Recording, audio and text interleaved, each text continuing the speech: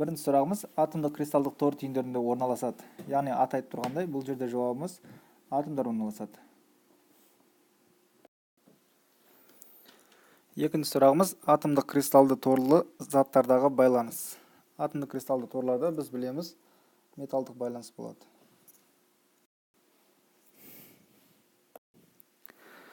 Үшінші, табиғатта таралуы бойынша екінші орындағы бейметалл. Элементтердің табиғатта таралуы бойынша ең бірінші орында оттегі, екінші орында кремний деген элементіміз орналасады. Бізде бейметалл. Жауабымыз А. Төртінші сұрағымыз сутекпен әрекеттесіп гидрид түзетін металдар қатары. Сутекпен гидрид түзетін металдарымыз сілтілік және сілтілік жер металдары болу керек. Мұнда жауабымыз Е. Калий және натрий сілтілік металдар болып табылады. Бесінші сұрақ. Альдегидтердің функционалдық тобы. Альдегидтерді білеміз карбонил тобы. Яғни бізде болады С, О, H тобы болады. Бұл бізде карбонил деп аталады. Жауабымыз В. Алтыншы сұрағымыз глюкоза дейді. Глюкоза білеміз көп атомды спирт және альдегид тобы бар екендігін. Мұнда жауабымыз альдегид спирт. Альдегидо спирт деп аталады. Жауабымыз В. Жетінші сұрағымыз ауаның қалыпты жағдайдағы тығыздығы. Қалыпты жағдайдағы ауаның тығыздығы 1,129 грамм на литр. Ол бізде жаттанды мән. Жауабымыз Д. Сегізінші сұрағымыз 1,6 грамм күкірттегі зат мөлшері.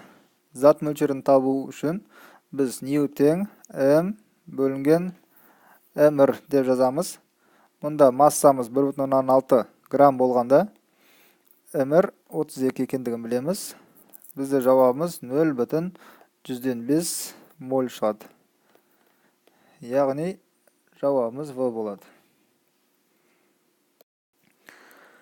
Берілген жатымыз С6, H12, O6-ның салыстырмалы молекулалық массасы дейді. Бұл қосылысымыз біздің көмір сулардың ішінде глюкоза. Оның салыстырмалы молекулалық массасы тең болады 6 көбейтілген 12 көміртектің атомдық массасы, қосылған 12 атом сутегі бар. Сутегінің атомдық массасы 1-ге тең, қосылған 6 атом оттегінің массасы бар. Оттегінің массасы, атомдық массасы 12-ге тең. Барлығын қосып есептесек 180 грамм моль шығады. Глюкозаның салыстырмалы атомдық массасы, молекулалық массасы 180-ге тең. Жауабымыз Д. Келесі 10-шы сұрақ. Студенттер бақыға тәжірибе жасау үшін физиологиялық ерітінді дайындады. Ол үшін олар 100 грамм суға 9 грамм тұз қосты. Физиологиялық ерітіндідегі тұздың массалық үлесі дейді. Массалық үлесті таппас бұрын біз жалпы ерітіндінің массасын табамыз. Ерітіндінің массасы мұндағы еріген зат, яғни 9 грамм тұзға еріткіш 100 грамм суды қосамыз. Бізде 109 грамм ерітінді шығып тұр. Және массалық үлесі осындағы тұздың еріген зат ол тең болады 9-дың осы 109-ға қатынасымен есептеледі. Масса еріген зат бөлінген масса ерітінді көбейтілген 100% деп есептейміз. Тең болады. Жауабымыз 8,26%.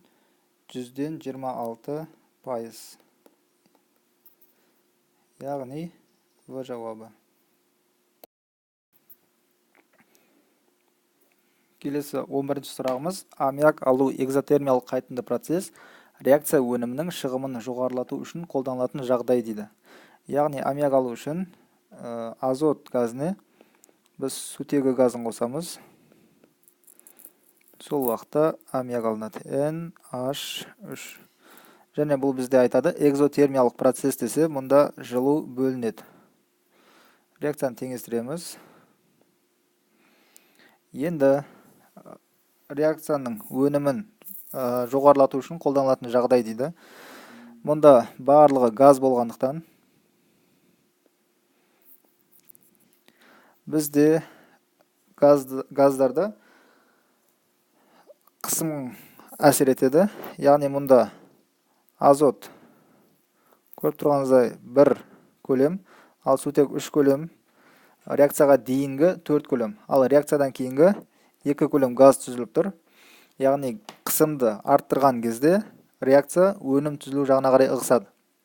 Мұнда бірінші реагенттердің концентрациясын арттырсақ, мұндағы азот немесе сутектің концентрациясын арттырсақ, өнім жаққа қарай ығысады. Екінші, қысымды арттыру керек және экзотермиялық болғаны үшін мұнда температураны төмендетуіміз керек. Сондықтан жауабымыз бізде А жауабы сәйкес келеді. Азоттың концентрациясын арттыру, қысымды арттыру және температураны төмендету. Жауабымыз А. Келесі 12-ші сұрағымыз кремний қосылған натрий OH, натрий гидроксиді және су. Бұл реакция теңдеуінен бізде шығады кремний қосылған күйдіргіш натрий OH қосылған су тең. Мұнда натрий силикаты шығады және сутегі газы бөлінеді. Реакцияны теңестіретін болсақ, сутегі газы. Реакцияны теңестіретін болсақ, мұнда натрий гидроксидінің алдына 2 қоямыз және өнімдегі сутектің алдына 2 қоямыз, реакциямыз теңеседі. Яғни біздің өнімдеріміз натрий силикаты және сутек. Жауабымыз С. 13-ші, алкандарды дегидроленгенде алынған көмірсутекті гидратациялау нәтижесінде түзілетін органикалық қосылыс. Яғни біз мұнда алкандардан С2H6 этан газын алсақ, ол дегидроленген уақытта бізде С2H4 этилен және сутегі газы түзіледі. Мұндағы негізгі өніміз етилен С2H4. С2H4-ке гидратациялау нәтижесінде, яғни су қосқан уақытымызда бізде спирт түзіледі. Ол С2H5OH. Мұнда жауабымыз спирт түзіледі, яғни А варианты. 14-ші сұрағымыз құмды 81 грамм алюминиймен әрекеттестіргенде алынған кремнийдің массасы. Құмымыздың формуласы барлығымызға таныс, силициум O2. Осыған алюминийді қосатын болсақ, бізде реакция нәтижесінде кремний алынады және алюминий оксиді. Алюминий 2, O3 түзіледі. Реакцияны теңестіреміз ең алдымен. Мұнда теңестіру үшін оттек реакцияға дейін 2, реакциядан кейін 3 болғандықтан силициум O2 құмның алдына 3 қоямыз. Ал мұндағы алюминий оксидінің алдына 2 қойылады. Оттегіміз теңесті, екі жақта да 6 және 6. Енді кремний реакцияға дейін 3, реакциядан кейін 3 болу үшін алдына 3 қоямыз. Ал алюминий оксидінде алюминий 4, реакцияға дейін 4 болу үшін алюминийдің алдына 4 қоямыз. Енді 81 грамм алюминиймен әрекеттескенде алынған кремнийдің массасын табу үшін алдымен алюминийдің алынған 81 грамм массасын үстіне жазып аламыз. Бізде табу керек кремнийдің массасы. Мұнда алюминийдің атомдық массасын аламыз. Яғни алюминийдікі 27-ге тең. Алдындағы коэффициент 4-ке көбейтіледі. Енді бізде кремнийдің массасын табу үшін астына салыстырмалы атомдық массасын аламыз. Бұл бізде 3-ке көбейтіледі. Атомдық массасы 28-ге тең. Масса кремний тең болады. Бөлшек сызығын сызып аламыз. Мұнда 81 көбейтілген 84 бөлінген 108 грамм моль. Жауабымыз 63 грамм кремний түзіледі. Яғни А жауабы. Келесі 15-ші сұрағымыз. Қанда темірдің жетіспеуі қаназдық ауруына шалдықтырады. Үлкен адамның денесінде 5 грамм темір болады. Оның 65% қанның гемоглобинінде. болса, гемоглобиндегі темірдің массалық үлесі. Бізде массалық үлес омега әрпімен белгіленеді. Ол бізде сол омега тауып отқан заттың массасы, зат жалпы массаға бөлеміз. Және 100%-ға көбейтілу керек. Мұнда берілгенде айтады, бізде 65%-ы қанда орналасады дейді. Жалпы масса бізде 5 грамм дейді. Бізге табу керек қанша грамм қанда екендігін. Осында X-ті тапсаңыздар, бізде С жауабы болады. 3,25 грамм темір гемоглобинде орналасады. Яғни С варианты. 16-шы сұрағымыз, массасы 12 грамм ас тұзының балқымасы электролиз арқылы көлемі 1,5 литр қалыпты жағдайда хлор газ алынды дейді. Өнімнің шығымын есептеуіміз керек. Ас тұзы бәрімізге таныс натрий хлориді. Балқымасын электролиз деген уақытта бізде шығады натрий металы және хлор газы. Реакцияны теңестіреміз. Мұнда ас тұзының алдына ек қоямыз, және натрийдің алдына ек қойылады. Бізде берілгені 12 грамм ас тұзы. Табуымыз керек хлордың шығымын. Бізде хлордың көлемін тауып алуымыз керек алдымен. Және натрий хлоридінің мрін аламыз. Және ол 2-ге көбейтіледі бізде. Натрий хлоридінің мрі 58,5 грамм. Хлордың көлемін табу үшін астына қалыпты жағдайдағы көлем 22,4 литр мольді алынады. Енді мұнда хлордың көлемі тең болады 12 грамм көбейтілген 22,4 бөлінген 117 грамм мольге. Бізде шығады 2,3 литр көлем хлор шығады. Енді өнімнің шығымын табу үшін этта деген әріп қолданылады. Бұл бізде көлем практикалық бөлінген көлем теориялық. Көбейтілген 100% формуласымен табылады. Біз жаңа есептеп тапқан көлеміміз теориялық болып табылады. Мұнда практикалық көлеміміз есептің берілгенде тұр.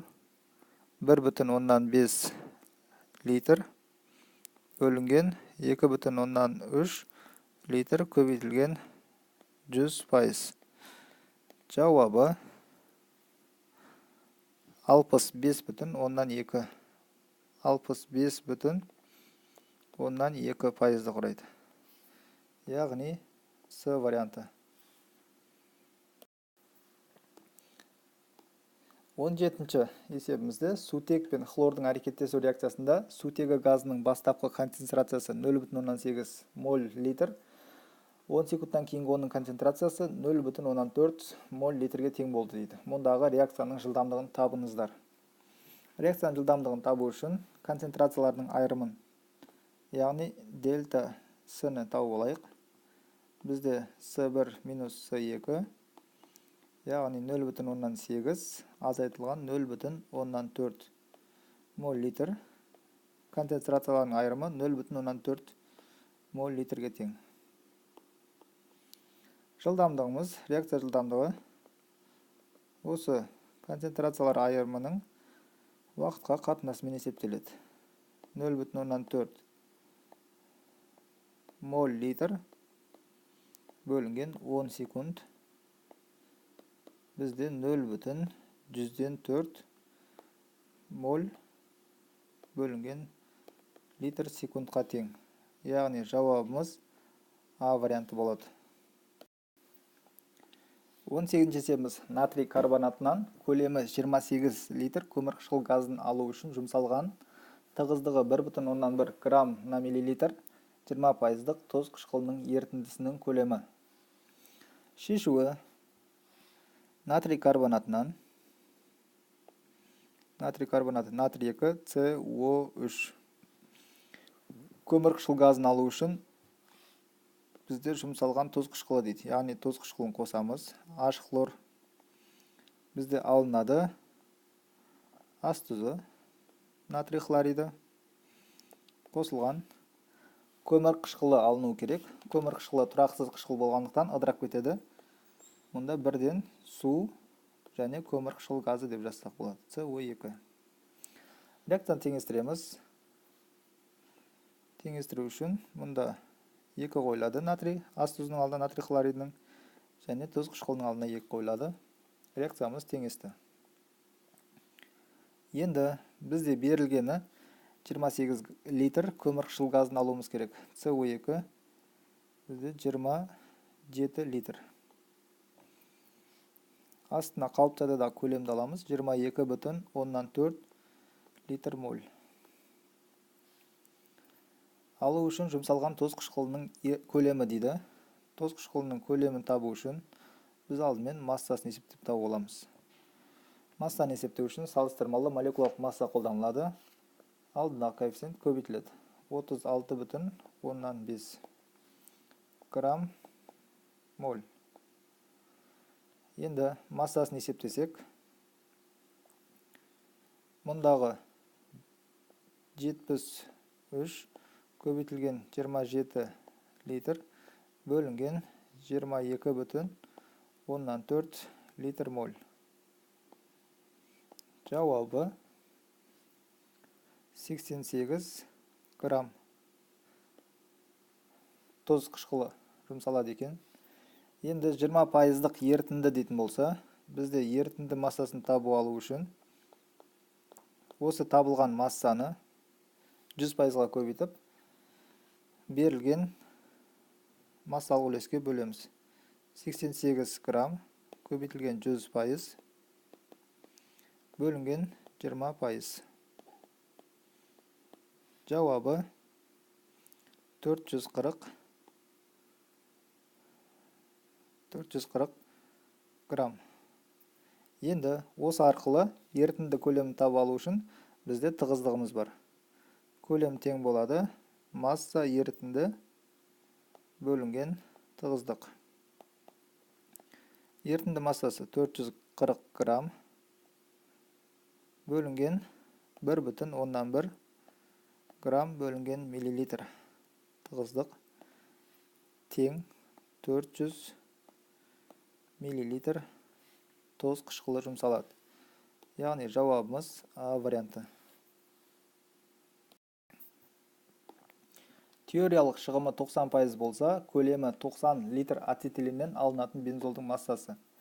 Ацетилен С2H2 формуласымен беріледі. Одан бензол алу үшін біз ацетиленді тримерлеуіміз керек. Ол бізде полимерлену реакциясына жатады. С6H6. Тримерлеу дегеніміз 3 ацетилен бірігіп бензол молекуласы алынады. 90 литр ацетиленнен алынатын бензолдың массасы десе, мұнда 90 литр жазылады. Және астына қалыпты жағдайдағы көлемді аламыз. 22,4. Алдындағы коэффициент міндетті түрде көбейтіледі. Бізге табуымыз керек бензолдың массасын. Бензолдың астына салыстырмалы молекулалық массасы 78 грамм мольге тең. Бензолдың массасы тең болады 90 литр көбейтілген 78 грамм моль бөлінген 67,2 литр моль. Жауабы 104,46 грамм. Енді теориялық шығымы 90% болса, бізде практикалық массаны есептеу үшін осы табылған теориялық массаны 104,46 грамм 90%-ын есептеп табамыз. 90-ға көбейтеміз, 100%-ға бөлеміз. Жауабы 99 грамм бензол алынады. Яғни Е жауабы. Құрамында 5% қоспасы бар 16 грамм кальций карбидінен алынған көмірсутек сынап 2 сульфаты қатысында сумен әрекеттескенде түзілген алдегидтің массасы. Кальций карбиді формуласы кальций С2. Сынап 2 сульфаты қатысында сумен әрекеттессе, бәрімізге белгілі реакция кальций оксиді және ацетилен газ алынады. С2H2. Реакция тең. Және ацетилен әрі қарай сумен әрекеттескен кезде бізде алдегид алынады. С2H2 қосылған H2O. Мұнда ацетальдегид түзіледі. CH3 COH. Енді мұнда қарасаңыздар, ацетиленнің алдында коэффициент жоқ, мұнда да жоқ. Және берілгенде 16 грамм кальций карбиді 5% қоспасы бар дейді. Біз таза кальций карбидінің массасын тауып алу үшін 5%-ын алып тастаймыз. Немесе 16-ның 95%-ын табамыз. 16-ның 95%-ын табу үшін 95-ке көбейтіп 100%-ға бөлеміз. Бізде 15,2 грамм таза кальций карбиді реакцияға түседі. 15,2 грамм. Және жаңа айтқан ацетиленнің алдында коэффициенттер болмағандықтан екі реакцияны біріктіріп, ацетальдегидтің массасын бірден табуымызға болады. Бұл ескеретін жайт, мұнда коэффициент болмағандықтан ғана. Коэффициент болса, жеке-жеке реакциялар үшін есептеп тауып аламыз. Мұнда кальций карбидінің МР-ін аламыз. 64 грамм моль. Және ацетальдегидтің МР-ін аламыз. Мұнда 44 грамм моль. Енді ацетальдегидтің массасын табу үшін 15,2-ні 44 грамм мольге көбейтіп 64 грамм мольге бөлеміз. Сонда жауабымыз 10,45 шығады. 10,45 грамм ацетальдегид алынады. Яғни Е жауабы. Келесі 21-ші сұрағымыз металдық байланыстар түзетін элементтер қатары. Металдық байланысты тек қана металдар түзетіндігін білеміз. Мұнда жауаптарына қарасаңыздар, В жауабы мырыш және күміс, екеуі де металл. Сонымен қатар Д жауабы қорқасын және темір. Одан кейін бізде H жауабы мыс және магний элементтері. В, Д, H жауаптар болады. 22-ші сұрағымыз элементтің реттік номерінің сипаттамасы. Элементтің реттік номері сол элементтің протон санына және электрон санына тең болады.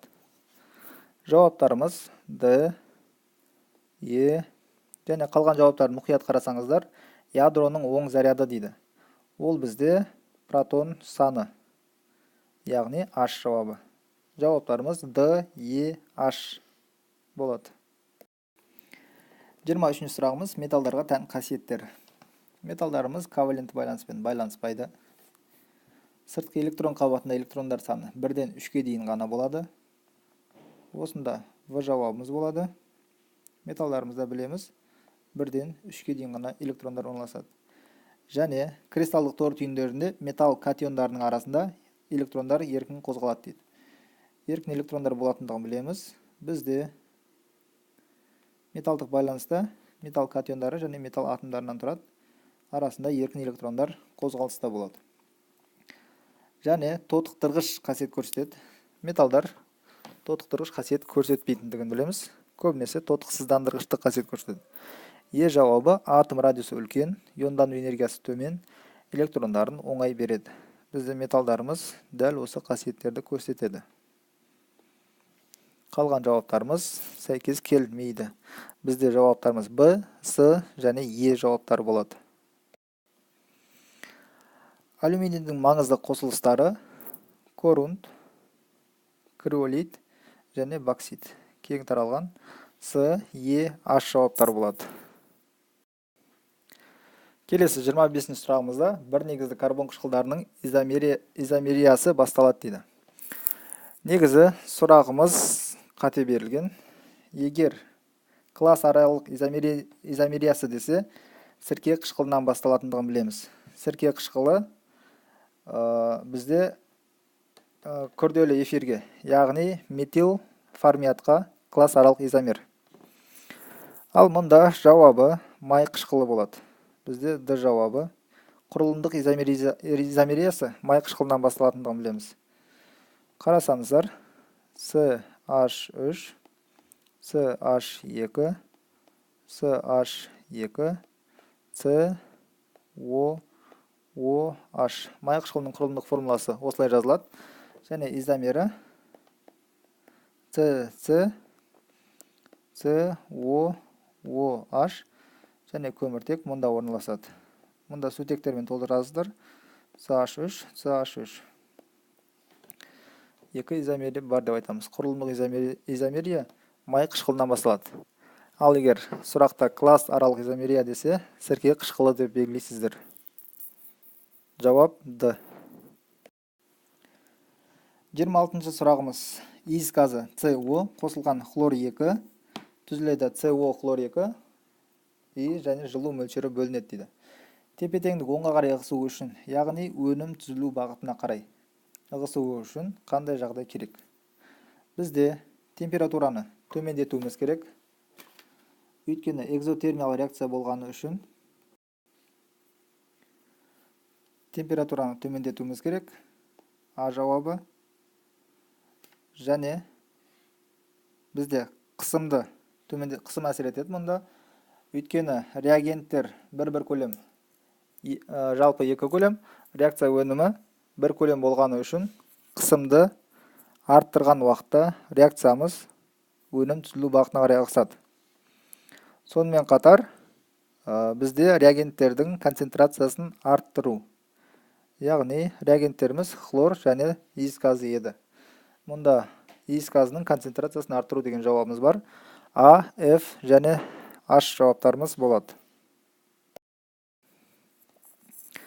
Келесі, әрекеттескенде фосфор тотықсыздандырғыш қасиет көрсетеді. Фосфор өзінен электр терістілігі жоғары элементтермен әрекеттескен уақытта тотықсыздандырғыш қасиет көрсетеді. Яғни өзінен электр терістілігі жоғары элементтер, олар күшті бейметалдар болып табылады. Жауаптарымыз А жауабы күкірт және С хлор жауабы. Сонымен қатар Д оттегі. Үш жауабымыз А, С, Д жауаптары дұрыс болып табылады. Келесі, қопарылғыш зат ретінде қолданылатын қосылыстар. Қопарылғыш заттарға бензол сақинасында 3 нитро қосылыстар, немесе глицерин 3 атомды спирттегі нитро қосылыстар көбінесе қопарылғыш зат ретінде қолданылады. Бізде жауабымызда Д 2,4,6 тринитро толуол және H жауабында 3 нитроглицерин. Екі жауабы дұрыс болып табылады. Д және H жауаптары. Келесі, ағзада 1 моль глюкоза тотыққанда түзілген CO2 және H2O молекулаларының саны дейді. Бізде жалпы формуласын жазсақ, глюкоза С6, H12, O6. Тотыққан уақытта, яғни жаққан кезде деген сөз. Бізде көмір қышқыл газы CO2, сонымен қатар су. Барлық органикалық қосылыстар жанған уақытта түзілетін негізгі өнімдер. Реакцияны алдымен теңестіреміз. Судың алдына 6 қойылады және көмір қышқыл газының алдына 6 қоямыз. Одан соң оттек мына жақта 12 жетіспейді. Сондықтан алдына 6 қоямыз. Енді берілгенде 1 моль глюкоза, 1 моль тотыққан уақытта түзілетін CO2 мен H2O-ның молекула сандарын сұрап жатыр. Глюкоза алдында коэффициент 1. Мұнда алдындағы коэффициенттері 6 және авогадро санына көбейтіледі. N Авогадро. Екеуі де дәл солай, N Авогадро. Енді екеуінің сандары тең болады, CO2 және H2O. Өйткені коэффициенттер бірдей екендігін көріп отырмыз. Есептесек, 1 моль көбейтілген 36,12 көбейтілген 10-ның 23 дәрежесі бөлінген 1 тең болады 36,12 көбейтілген 10-ның 23 дәрежесі. Немесе бұны тең деп жуықтап алуымызға болады.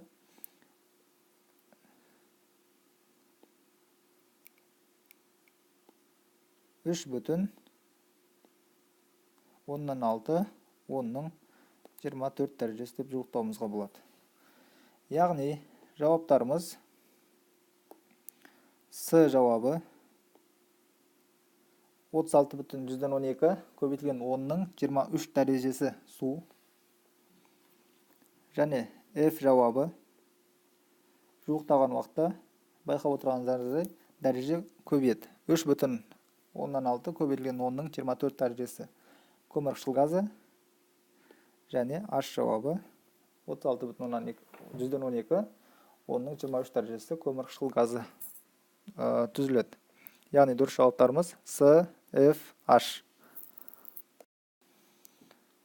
Келесі, массасы 7,4 грамм пропион қышқылымен реакцияға толық жұмсалатын 60%-лық тығыздығы 0,10 грамм сантиметр куб болатын метанолдың көлемін есептеу керек. Мұнда пропион қышқылы CH3, CH2, COOH деген қосылыс. Осымен әрекеттесетін метанолдың толық көлемін сұрап жатыр. CH3, OH спирт. Карбон қышқылымен спирт әрекеттескен кезде барлығымызға таныс эфирлену реакциясы жүреді. Бізде CH3, CH2, COO, CH3 қосылған H2O. Онда күрделі эфир, метил пропионат және су түзіледі. Бізде табуымыз керек 7,4 грамм пропион қышқылымен әрекеттесетін метанолдың көлемі. Біз алдымен метанолдың массасын тауып аламыз. Ол үшін бізге пропион қышқылының салыстырмалы молекулалық массасы 74 грамм моль